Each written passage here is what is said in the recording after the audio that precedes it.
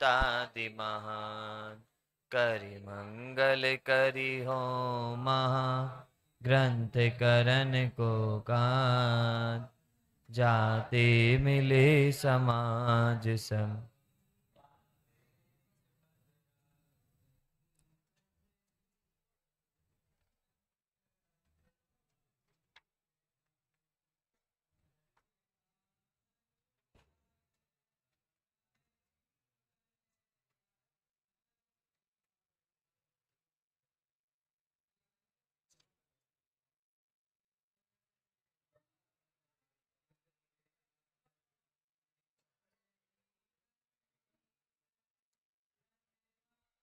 चलिए हम सब लोग, बेटा एक गेट लगा देना।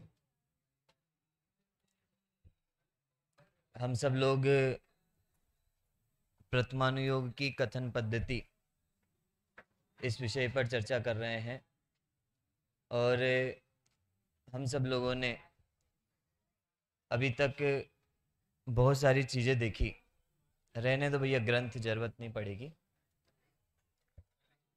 लेकिन पीछे हम सब लोगों ने प्रथमानुयोगी की कथन पद्धति में प्रथमानुयोग विषय पर तो जोर दिया, लेकिन और बहुत सारी बातें भी हम सब लोगों ने की। और कल मैंने आप सब लोगों को कहा था कि यदि हमें शास्त्रों के कथन करने की पद्धति जिसको हम सब लोग अनुयोग कहते हैं उसको समझना है, तो इस मोक्ष मार्ग प्रकाशक ग्रंथ के 8वें अधिकार को हम सब लोगों को समझना पड़ेगा। और 8वें अधिकार जिसमें उपदेश का स्वरूप कहा, उसकी विषय वस्तु हम सब लोगों को देखनी पड़ेगी। कल लगभग हम सब लोगों ने 5 बिंदुओं से उस 8वें अधिकार की विषय वस्तु को देखा था। सबसे पहले हम सब लोगों ने कहा था कि चारों अनुयोगों का प्रयोजन, ये देखना, ये काम की चीज है। मैं आप सब लोगों से परीक्षा में पूछ सकता हूँ कि 8वें अधिकार की विषय वस्तु लिखिए, तो आपको ये पॉइंट्स उसमें लिखने पड़ेंगे कि 8वें अधिकार को यदि आपको समझना है तो सबसे पहले पंडित टोडरमल जी ने बोले चारों अनुयोगों का क्या प्रयोजन है वो हम सब लोगों को बताया। दूसरे नंबर पे उन्होंने हमें ये बताया कि चारों अनुयोग जो है इसके व्याख्यान का विधान, तो दूसरे नंबर पे था व्याख्यान का विधान। तीसरे नंबर पर हम सब लोग जब गए तो उसमें हम सब लोगों ने देखा कि जो शास्त्र हैं उन शास्त्रों में अनुयोगों में जो दोष कल्पना है उस दोष कल्पना का निराकरण किया। फिर से, अनुयोगों में दोष कल्पना का उसमें क्या किया? निराकरण किया। ये तीसरे नंबर पे हम सब लोगों ने देखा। और चौथे नंबर पे हमने ये देखा था कि चारों अनुयोग जो थे उन चारों अनुयोगों में जो परस्पर विपरीत बोले के दोष दिखाई देते हैं उनका निराकरण किया। और 5वें नंबर पर हम सब लोगों ने देखा था कि ये चारों अनुयोगों को पढ़ने का क्या क्रम है, वह पंडित टोडरमल जी ने हम सब लोगों को बताया। इस बात की चर्चा अपन सब लोग कर चुके हैं आर्जव कि प्रथमानुयोग का क्या प्रयोजन है। आप सब लोगों को ख्याल में भी है कि प्रथमानुयोग में भैया 3 विशेष चीजें दिखाई जाती है। बोलो कौन कौन सी? संसार की विचित्रता, पुण्य पाप का फल और महंत पुरुषों की प्रवृत्ति। इनकी व्याख्या अपन सब लोग देख चुके हैं। फिर हम सब लोगों ने कल ये देखा था कि प्रथमानुयोग के व्याख्यान का विधान, इसकी चर्चा अपन सब लोगों ने की थी कि भैया जो ये मैं प्रथमानुयोग के शास्त्र पढ़ रहा हूं इसकी व्याख्या किस तरह से होती है, ये लिखे किस तरह से जाते हैं, इनकी चर्चा हमने की थी।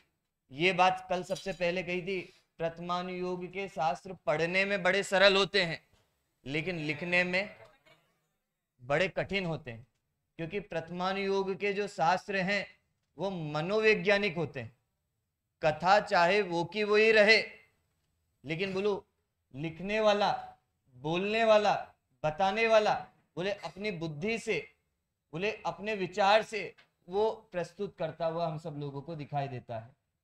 आप जब प्रथमानुयोग के व्याख्यान के विधान को भी समझोगे तो आप लोगों को 5 बिंदु ख्याल में रहने चाहिए। आप सब लोग देखना, जब आप देखोगे तो सबसे पहला बिंदु कल हम सब लोगों ने देखा था कि बता कथा जो है वो तो जो की त्यों रहेगी, उसमें कोई बदलाव नहीं होगा, लेकिन उसका तरीका, उसको बताने का जो तरीका है वो वक्ता या लेखक वो अपने बुद्धि के अनुसार करता है। पहली चीज, प्रथमानुयोग के जो शास्त्र है उसमें जो कथा होगी वो तो वो की वो ही होगी, लेकिन उसका तरीका बदल सकता है, उसको बताने की भाषा बदल सकती है। ये सारे काम किस में होंगे? प्रथमानुयोग के शास्त्र में होंगे। मतलब लिखने वाला अपनी बुद्धि के अनुसार उसको लिखेगा।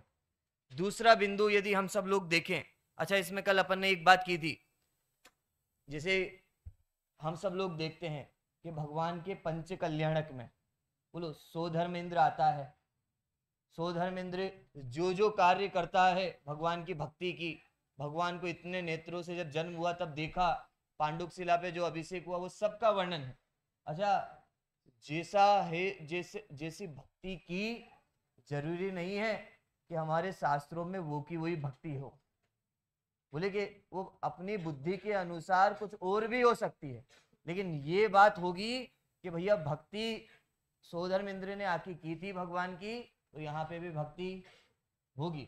शब्द बदल जाएंगे, बोले कि हो सकता है कि भैया उसने वहां पे कुछ और बोला हो और यहाँ पे कुछ और बोला हो, लेकिन बात इतनी थी कि भैया वो वहां पे भगवान का आके गुणगान करता है, भगवान की भक्ति करता है, ये नहीं बदलेगा। ठीक है, पहला पॉइंट, भैया कथा जो कि तोर जैसी थी वैसी की वैसी रहेगी, लेकिन वक्ता अपनी बुद्धि के अनुसार उसमें कुछ बदल सकता है। ठीक है, अच्छा दूसरे नंबर पे हम सब लोगों ने देखा प्रथमानुयोग के जो शास्त्र है, उन प्रथमानुयोग के शास्त्र में जो कोई भी चीज हो, कोई सा भी धर्म हो, उसको वक्ता जो है उसकी मुख्यता से बात करेगा। मतलब कहानी कैसे भी प्रारंभ करेगा, लेकिन उसको जिस बात को मुख्य रखना हो उस बात को मुख्य रख के वो अपनी बात हम सब लोगों के सामने रखता है। यदि कहानी में प्रथमानुयोग की कथा में हम सब लोगों को यदि रात्रि भोजन छुड़वाना हो तो कहानी कहीं से भी प्रारंभ होगी, कितनी भी कैसे भी प्रारंभ होगी, लेकिन बोलो मुख्यता किस बात की रहेगी? रात्रि भोजन छुड़वाने की होगी। अरे कहानी का मुख्य उद्देश्य यदि ये हो भैया नियम और प्रतिज्ञा दिलवाना, तो बोलो वो किसी भी तरह से कहानी हम सब लोगों के सामने रखेंगे, लेकिन मुख्य इस बात को रखेंगे अंकित कि भैया प्रतिज्ञा लो, नियम लो। ठीक है, तो दूसरा बिंदु हम सब लोगों का क्या होगा? प्रथमानुयोग जिस धर्म की जिस चीज की बात करेगा तो मुख्यता से उसी बात को हम सब लोगों के सामने रखेगा। कितने बिंदु हो गए? पहला कौन सा था?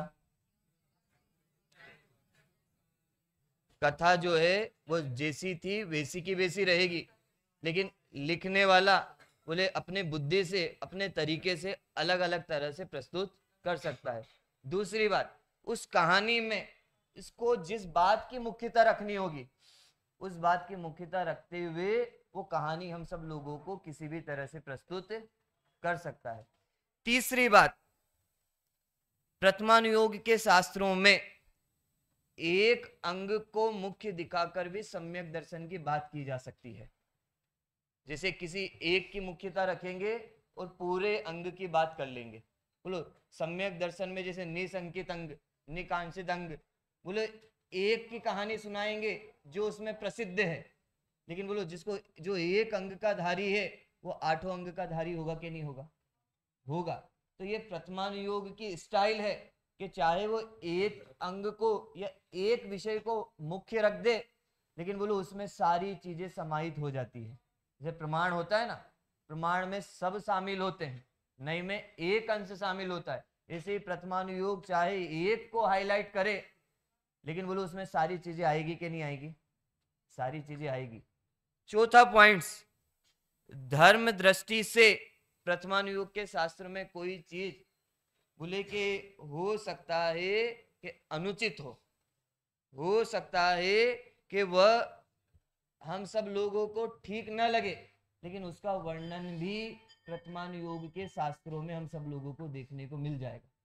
मैंने ये बात क्यों की कि कोई चीज अनुचित हो लेकिन वो चीज भी वर्तमान योग के शास्त्रों में हम सब लोगों को दिख जाएगी। आप देखो ऐसी बहुत सारी कहानियां हैं। आप मैं जैसे रक्षाबंधन की कहानी आप सब लोगों ने सुनी, बोलो रक्षाबंधन की कहानी आप सब लोगों ने सुनी, तो उसमें आप देखना कि उस कहानी में नायक कौन है वो मैं आप सब लोगों से अभी नहीं पूछता, लेकिन बोलो उस कहानी में वो विष्णु कुमार मुनि भी थे, जिन विष्णु कुमार मुनि ने अपना मुनि पद क्या किया, छोड़ा और अकंपनाचार्य आदि 700 मुनिराजों की रक्षा की। लेकिन वास्तविकता यह है कि बोलो मुनि पद छोड़ना सही नहीं था, उचित नहीं था, लेकिन बोलो उन्होंने छोड़ा कि नहीं छोड़ा। और बोलो बहुत सारे लोग विष्णु कुमार मुनि को रक्षाबंधन वाले दिन हीरो कहते कि नहीं कहते। जब रक्षाबंधन में रक्षा की बात हो तो वो विष्णु कुमार मुनि को सब हीरो बोलते हैं। कोई यदि मुनिराजों की भक्ति भावना की अपेक्षा से बात करेगा तो वह कंपनाचार्य मुनि को हीरो कहेगा। अच्छा, उसी कहानी में आप देख लो उलझना है ये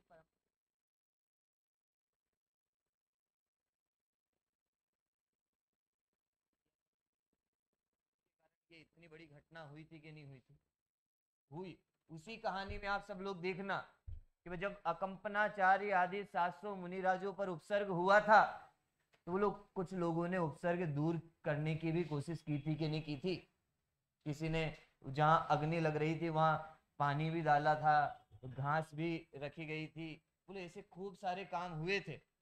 तो ऐसी वर्तमान योग की खूब सारी ऐसी घटनाएं आप सब लोगों को देखने को मिलेगी कि आप उसमें ये देख के कहोगे ये तो उचित नहीं था, ये तो ठीक नहीं था, लेकिन बोलो फिर भी वो काम उसमें हुए। तो बोले ये वर्तमान योग की स्टाइल है भैया, ठीक है।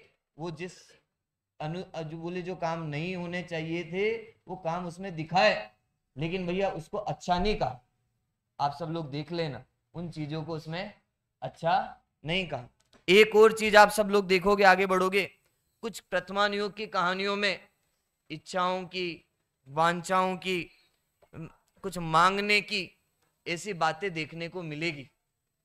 वर्तमान योग के शास्त्रों में कुछ मांगने की इच्छा है, कुछ मन में ऐसी चीज है कि मैं इनसे ले लूं, ऐसी कथाएं आप सब लोगों को वर्तमान योग के शास्त्रों में मिलेगी। लेकिन ये समझना भैया वहां कुछ मांगा गया, कुछ ऐसी इच्छाओं को और बढ़ाया गया तो इसका मतलब गलत नहीं था।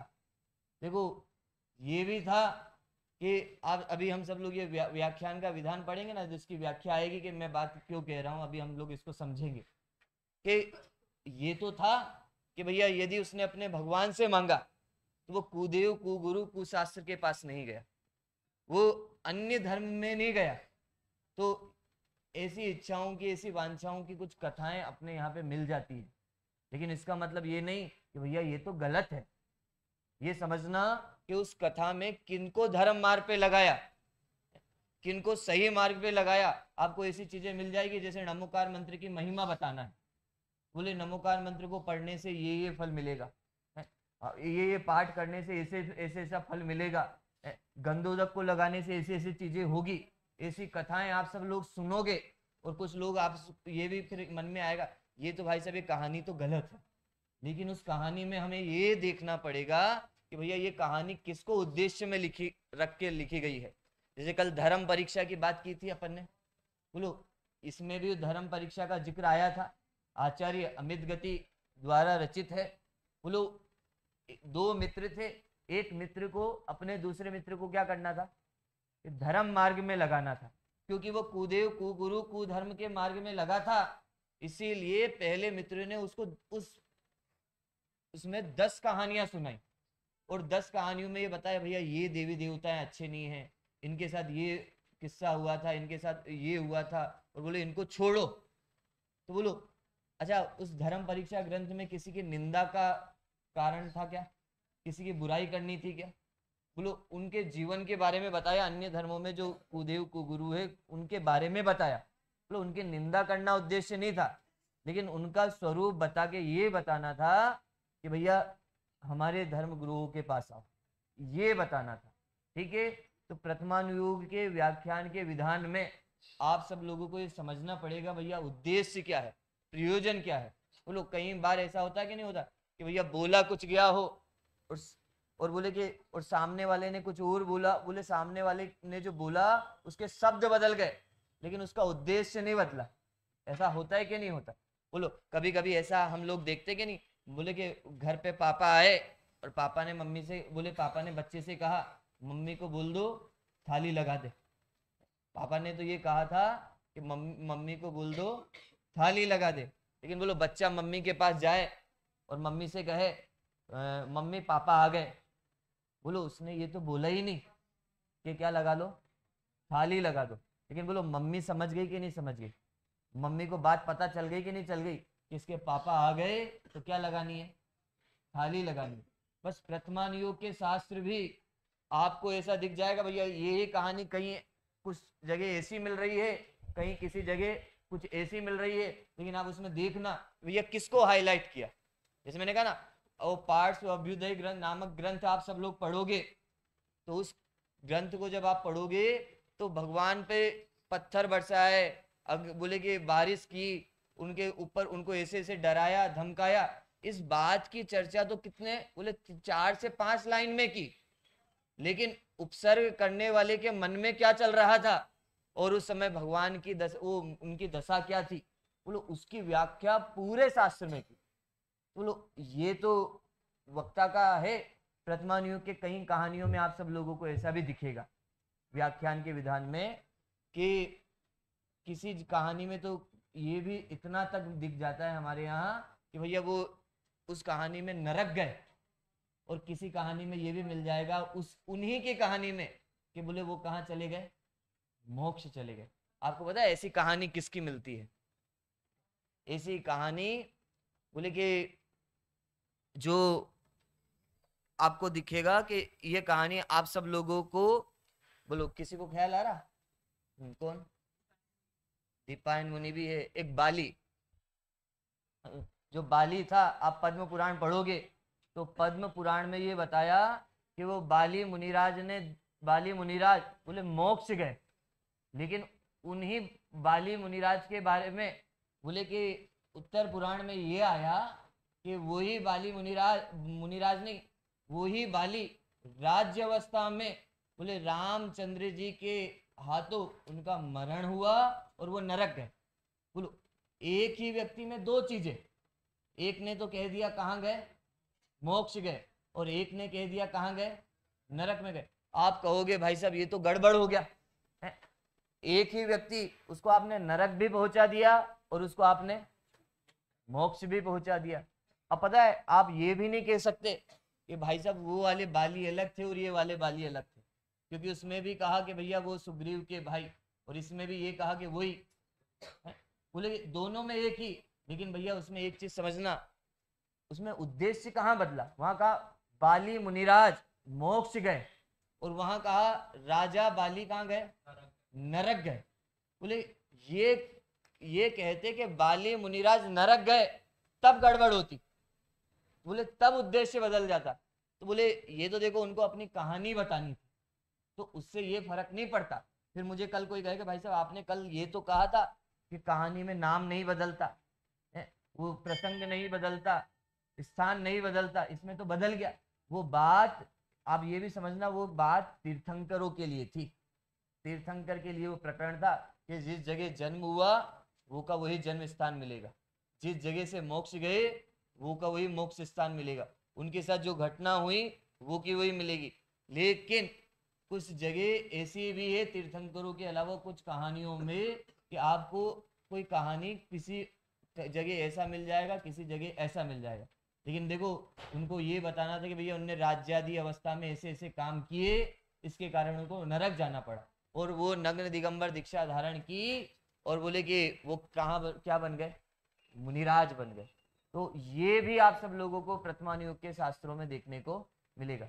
फिर से बोलता हूँ, किसी को ख्याल में आया? मैंने अभी प्रथमानुयोग के व्याख्यान के विधान में लगभग 4 से 5 पॉइंट बोले। पहला पॉइंट कौन सा होगा? नहीं भैया, वेरी गुड। कथा जो है वो जैसी है वैसी की वैसी रहेगी, लेकिन लिखने वाला अपने बुद्धि के अनुसार विषय प्रस्तुत करेगा। दूसरा नंबर क्या था?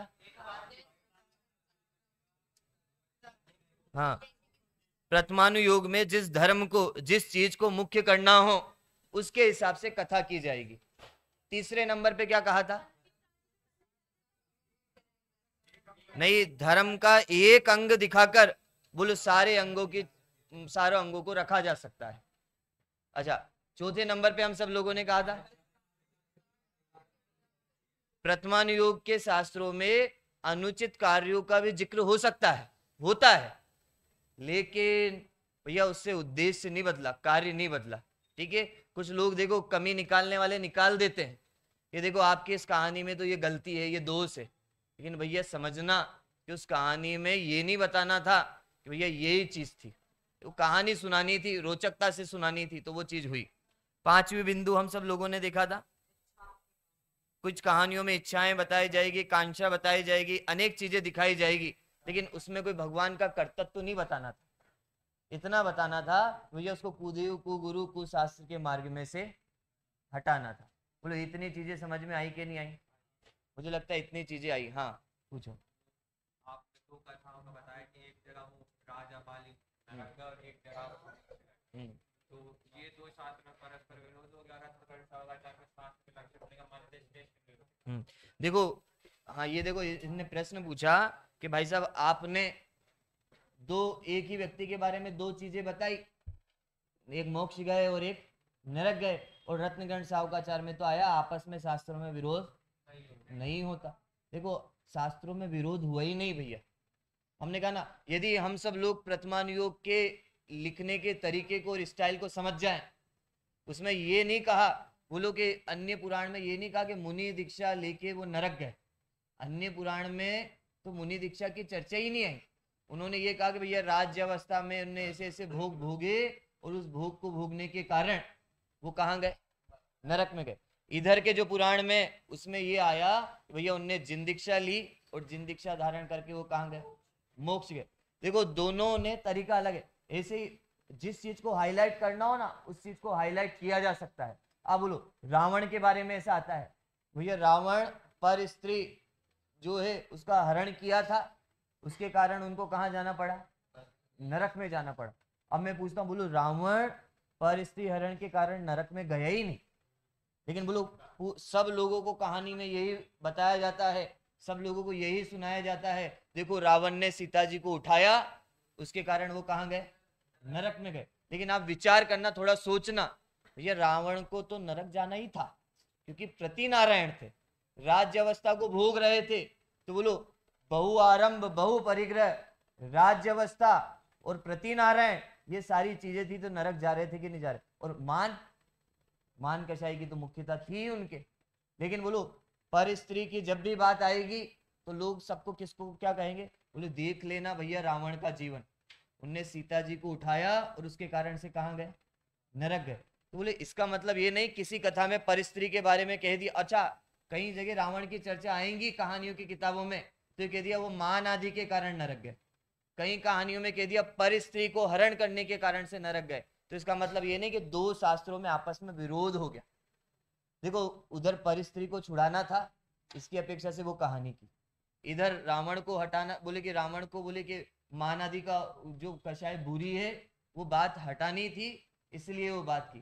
तो ये चीज समझना भैया, दो शास्त्रों में कभी विरोध नहीं है। देखो हमारे लिए तो दोनों ही प्रमाणिक है।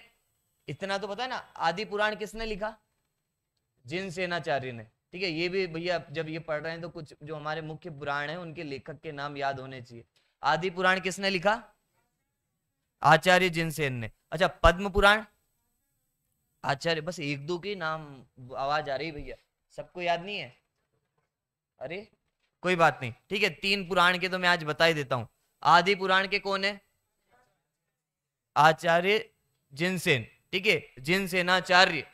और पद्म पुराण के आचार्य रविसेन, और उत्तर पुराण के आचार्य गुणभद्र। ठीक है, कौन है? आचार्य गुणभद्र।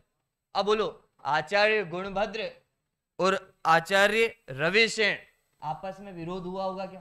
बोले नहीं, उनको तो पता था कि भैया इनने राज जाति को बुरा कहा इसलिए उनने इसको नरक कह दिया, इनको पता था इनने मुनि दीक्षा को अच्छा कहा इसलिए इनको क्या कह दिया? मोह।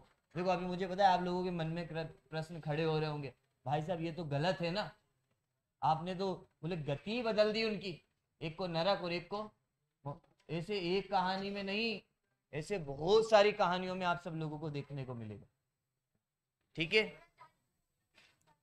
गुणभद्राचार्य ने उत्तर पुराण,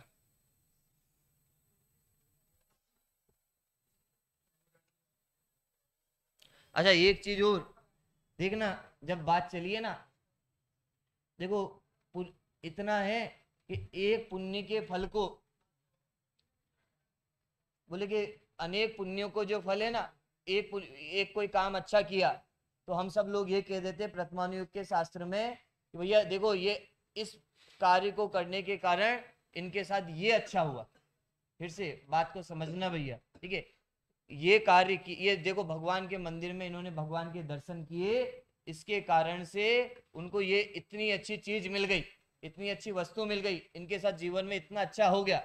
बोलो एक पुण्य के कार्य का जिक्र करके बोले ये कहा जाता है कि भैया इस, बोले कि उनके जीवन में ऐसा ऐसा हो गया, लेकिन एक चीज समझना भैया, उसी कार्य के कारण से नहीं हुआ, इसके पीछे और दूसरे भी पुण्य का उदय होगा, और दूसरे कार्य भी होंगे, लेकिन हाईलाइट अपन किसी एक पुण्य के उदय को कर देते हैं। फिर से बोलता हूं, इस बात को समझना, स्वयं कहाँ है? कि स्वयं इस बात को ये समझना कि भैया मैंने कोई काम किया और हम क्या कह देते हैं, देखो ये इतना अच्छा काम कर रहा है इसके कारण इसको ये पुरस्कार दिया, लेकिन भैया ऐसा नहीं है। बोले कि भैया इसने पहले भी कुछ अच्छा किया होगा, पहले का पिछला भी इसका बैकग्राउंड अच्छा होगा, तो इसके कारण जब पुरस्कार देने की बारी आई तो उसने आगे के एक काम को हाईलाइट किया और कह दिया भैया इसके कारण से इसको ऐसा हुआ। देखो पुण्य के अनेक कार्यों में एक पुण्य को हाईलाइट किया जा सकता है, लेकिन पुण्य के उदय को पाप में कन्वर्ट नहीं किया जा सकता, पाप के उदय को पुण्य में कन्वर्ट नहीं। बोले वो पाप के काम कर रहा हो और हम सब लोग उससे कहते देखो इस पाप के कार्यों को करने के बाद भी उसका अच्छा हो गया, ये प्रथमानुयोग के कहानियों में नहीं होगा, लेकिन पुण्य के कार्यों से अच्छा होगा, पाप के कार्यों से बुरा होगा, और पाप के कार्य करते करते बोले ये कभी नहीं कहा जा सकता कि भैया उसका अच्छा हो गया। ठीक है, ये बात भी हम सब लोगों को देखो ये समझनी पड़ेगी थोड़ी सी। ठीक है, इतनी बात तो हम सब लोगों ने कर ली थी, थोड़ा सा आगे बढ़े भैया, वैसे समय बचा ही नहीं है इसलिए, लेकिन जो रह गया था उसको अपन 5 मिनट में देखते हैं। देखो कल एक बहुत अच्छा प्रश्न किया था पेज नंबर 272 पे, यदि इसमें मोक्ष मार्ग प्रकाशक चले तो चलाना भैया।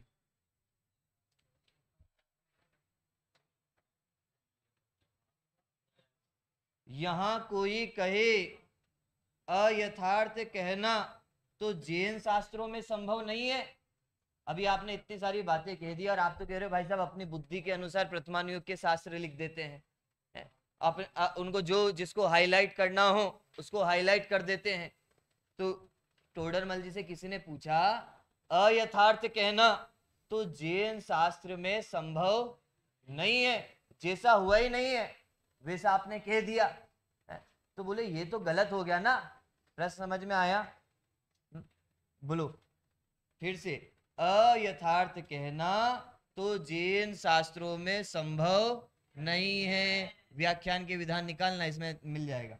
ठीक है, दूसरे पैराग्राफ में देखो उत्तर टोडरमल जी ने क्या दिया, अन्यथा तो उसका नाम है जो प्रयोजन अन्य का अन्य प्रकट करे। टोडरमल जी ने अन्यथा बताया, भैया पहले अन्यथा समझो तो सही किसे कहते हैं। उन्होंने कहा भाई पहले ये समझ कि अन्यथा कहते किसे हैं, तो बोले अन्यथा तो उसे कहते हैं जो प्रयोजन जो था उस प्रयोजन को अन्य प्रकट कर दे। बोले जो प्रयोजन अन्य को अन्य प्रकट कर दे उसका नाम अन्यथा था। बोले ऐसा तो कथाओं में हुआ ही नहीं। बोले उनको मोक्ष मार्ग की चर्चा करनी थी तो मोक्ष मार्ग बताया कि नहीं बताया? नरक, बोले कि उनको ये कार्य छुड़ाना था तो वो कार्य छुड़ाया कि नहीं छुड़ाया? देखो आ गया, मैं अब वापस पढ़ता हूँ। प्रश्न फिर से देखना भैया, दिखाई दे रहा सबको?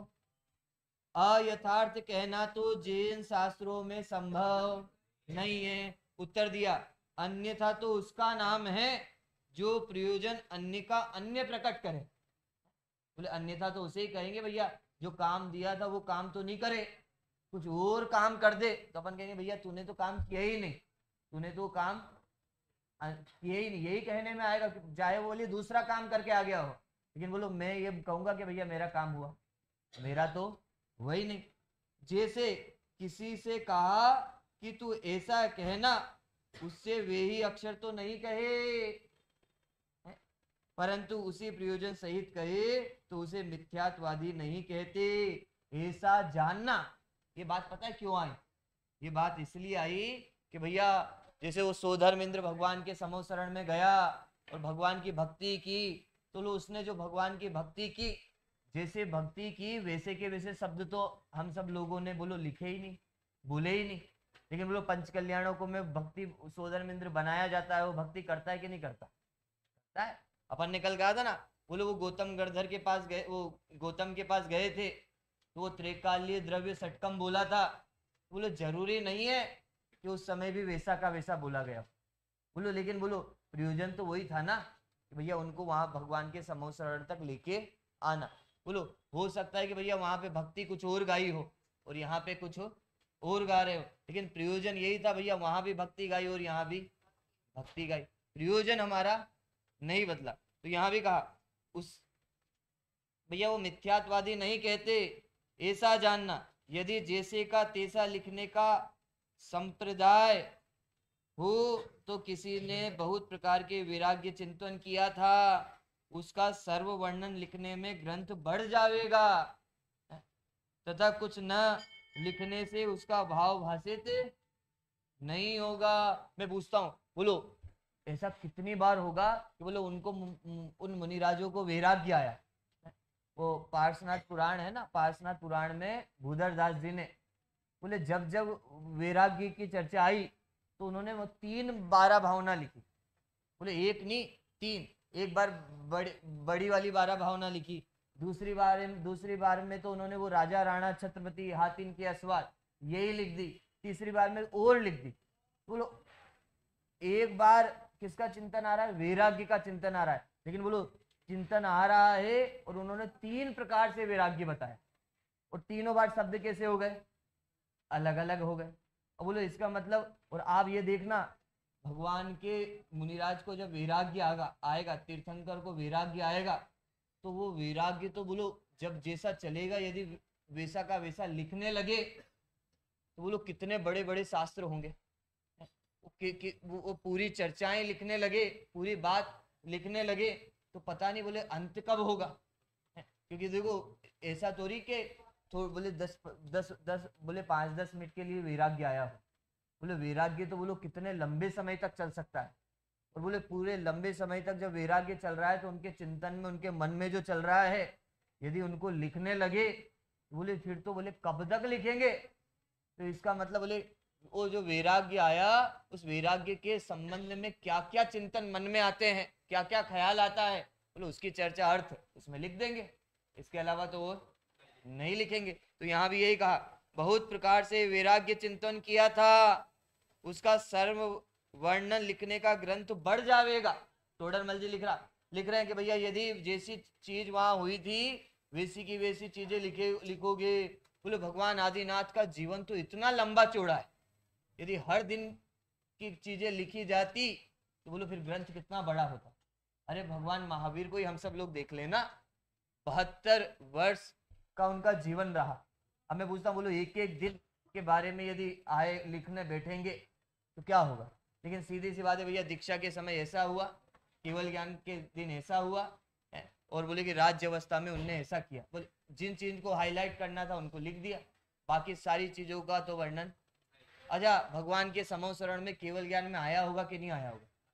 बोले आया होगा, लेकिन भैया जो बताना था वो बताया होगा।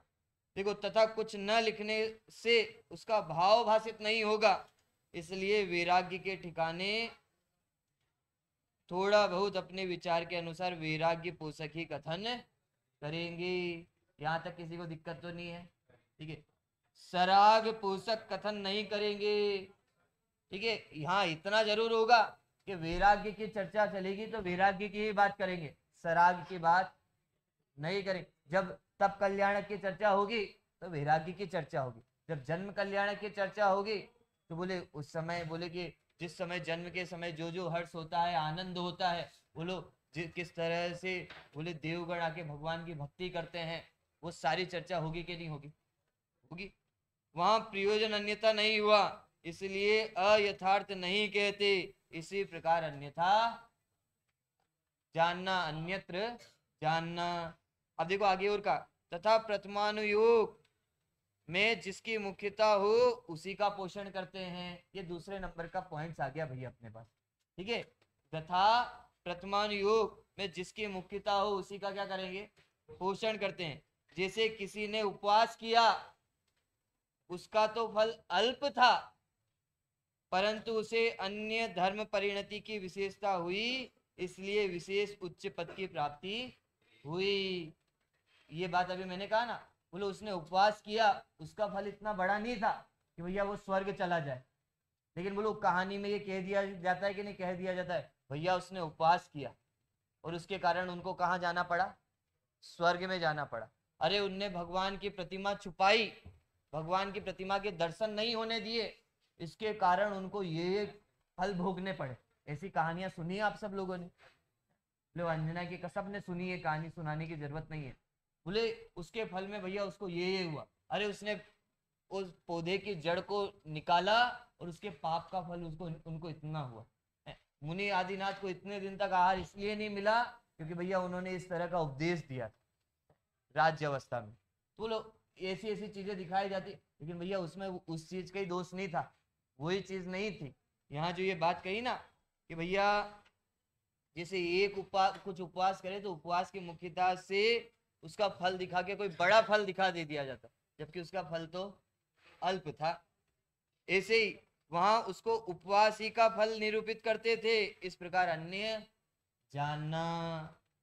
और देखो आगे एक पैराग्राफ और पढ़ लेते हैं बस। तथा जिस प्रकार किसी ने शीलादि की प्रतिज्ञा दृढ़ रखी, वह नमस्कार मंत्र का स्मरण किया, वह अन्य धर्म साधन किया, उसके कष्ट दूर हुए। ऐसी कहानियां देखोगे कि नहीं देखोगे प्रथमानुयोग कि भैया उसने ये कार्य किया, ये विधान किया तो उसके साथ ये कष्ट दूर हो गए, ये पीड़ा दूर हो गई, ये प्रतिकूलता दूर हो गई, अतिशय प्रकट हुए। बोलो ये प्रथमानुयोग की कहानियों में ये भी पढ़ोगे आप कि भैया उनने ऐसा किया तो ये चमत्कार हो गया। उन्हीं का वैसा फल नहीं हुआ है, परंतु अन्य किसी कर्म के उदय वैसे कार्य हुए हैं, तथापि उनको उन शीलादि का ही फल निरूपित करते हैं। उसी प्रकार कोई पाप कार्य किया, उसको उसी का तो वैसा फल नहीं हुआ है, परंतु अन्य कर्म के उदय में नीच गति को प्राप्त हुआ अथवा कष्टाधिक हुए, उसे उसी पाप कार्य का फल निरूपित करते हैं इत्यादि। इसी प्रकार जानना। देखो बस इतना समझना भैया, भैया जरूरी नहीं है कि उस कार्य के कारण वो कार्य हुआ हो। ठीक है, वो कार्य किया उसके कारण वो कार्य हुआ हो।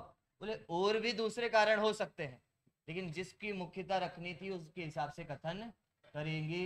लेकिन पाप को पुण्य का नहीं बताएंगे भैया, और पुण्य को पाप का नहीं बताएंगे। ठीक है, बस अंत में एक चीज और आप सब लोगों से पूछ लेता हूँ। कल दो भेद किए थे चारों अनुयोग के। बोलो प्रथमानुयोग के क्या किए थे और कर्णानुयोग के क्या किए थे? भूगोल। ठीक है, और द्रव्यानुयोग के क्या किए थे? और चरणानुयोग के? ठीक है, अभी भी आप सब लोग कुछ लोग देख के बोल रहे हैं भैया, ये याद हो जाने चाहिए अब। ठीक है, चलिए बोलो महावीर भगवान की